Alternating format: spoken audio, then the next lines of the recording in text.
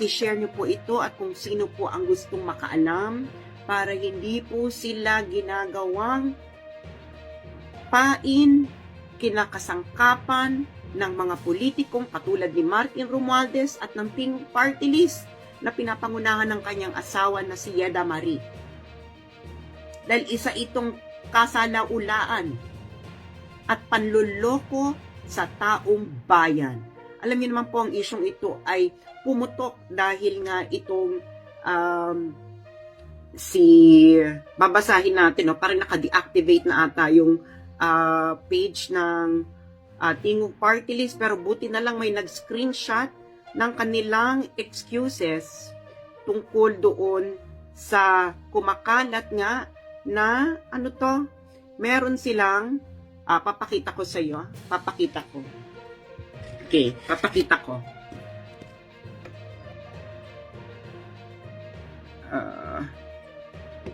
So, may ganyang kumakalat, 'di ba? Nakikita niyo yung kumakalat ng ganyan. Na ang ano niyan is referral barcode. Okay? Referral daw ito sa ospital. Referral. Ang referral ay ito, yung pagmukha ng mag-asawa, yung nakabalagra dun sa voucher, may Tingog Party List pa nakalagay. Isa po itong katarantaduhan. At ipapaliwanag ko lang po ito. Hintayin lang po natin ang mga naghihintay po ng ating live. Ipapaliwanag ko po kung bakit po ito ay isang katarantaduhan at isang malaking kasalaulaan. Ngayon, kung meron kayong mga kamag-anak na sa tingin nila ay dapat nilang lumapit muna sa Tingog Party List para maka-avail ng mga serbisyo ng Malasakit Center, ipakalat nyo po ito para malaman po nila ang katotohanan at para makita po nila kung papaano po sila ni Martin Romualdez at ng Tingog Party List na pinangungunahan ng kanyang asawa ni si Yeda Marie. Doon lamang po tayo sa katotohanan. Tigilan po natin itong sa panluloko at pangungupal at pangsasalaula ng ating serbisyong binibigay ng gobyerno. Okay. Di ba pinakita ko sa inyo yung voucher? Okay, kumakalat na kasi yan, no? Kumakalat yung voucher na yon at yung page ng Tingog Party List Cotabato ay ipinaliwanag niya ito. Okay? So, ang sabi niya dito, ito ang paliwanag ng Tingog Party List.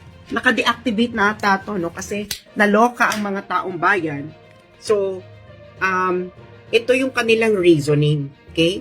Sabi niya, FYI, ito po ay guaranteed letter na binibigay sa mga pasyente representatives sa tuwing mga ngailangan ng tulong medikal, gaya ng hospital bill, medicines, laboratories, diagnostic procedures, at para sa mga dialysis patients. Libre po itong binibigay sa Tingog Center. Ang GL, ano ba yung GL? Guaranteed letter na ito ay isa sa requirements ng Malasakit Center. So sabi nila, ang guaranteed letter daw na ito ay isa sa mga requirements ng Malasakit Center para maproseso at maibawas ang kanilang hospital bill. Sa sa mga hindi po nakakaalam, ang Malasakit Center po ay ito ay nagsimula, ang patakaran ito ay nagsimula sa Davao City. Okay? Ang nangyayari dito sa Davao City, this is a one-stop shop. Okay, one-stop shop, ibig sabihin lahat ng benepisyo na pwedeng makuha mo, okay, nandyan na sila lahat. Okay? Para kung hindi ka po pwede sa PCSO, nandyan ang DSWD. Kung hindi pwede sa DSWD, meron pang iba. So, nandyan lahat. Nandyan sila lahat. Okay? Or pwedeng sila sabay-sabay para hindi mo napupuntahan bawat isang ahensya. Yan po ang idea ng Malasakit Center na isinabatas ni Senator Senator Bongo. Okay? Noong 2018, nag-open ang first Malasakit Center at nung na-elect si Senator Bongo, naisabatas ang Malasakit Center Act. Okay? Noong 2019, bilang Republic Act number 11463. Okay, Malasakit Center. Okay. Ngayon, titingnan natin, okay? Uulitin ko ang sinabi ng Tingog, ha? Kaya kita mo, pinagloloko kayong mga Pilipino nito. Tigilan nila to. Diba? Ang sabi niya, ang guaranteed letter daw na ibinibigay sa mga pasyente representatives sa tuwing mga ngailangan ng tulong ay isa sa mga requirements ng Malasakit Center para maiproseso at maibawas ang kanilang hospital bill. Requirement daw yan, guaranteed letter. So, pupuntahan natin yung batas. Dapat, ang tingog party list, pag mag-i-explain, dapat naaayon sa batas. Hindi ba? Okay. So, ito ang implementation of the medical and financial assistance to indigent and financially incapacitated patients pursuant to Republic Number 11463, also known as Malasakit Centers. Ano ito?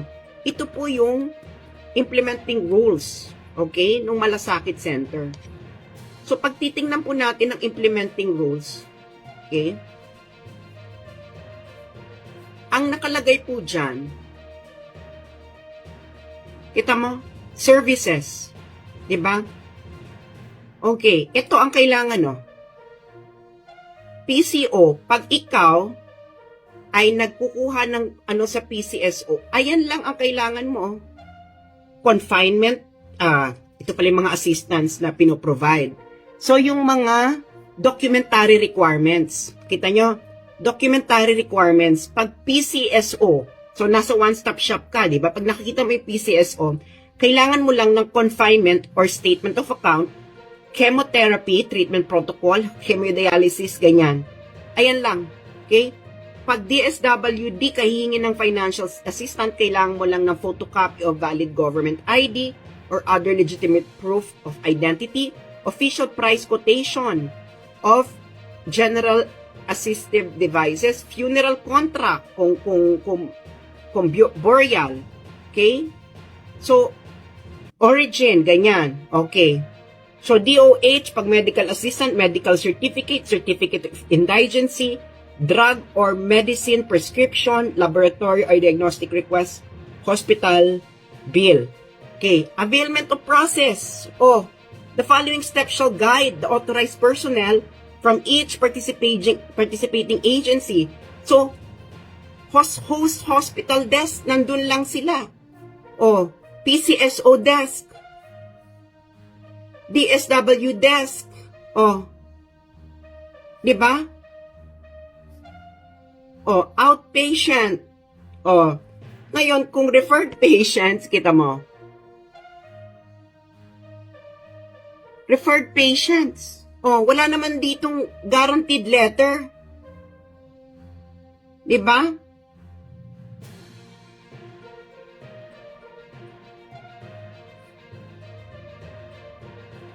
Paano ka bakit kailangan ikaw ang mag-guarantee? Di ba? Bakit ikaw? Bakit ikaw ang mag-guarantee? Nasaan dito sa batas?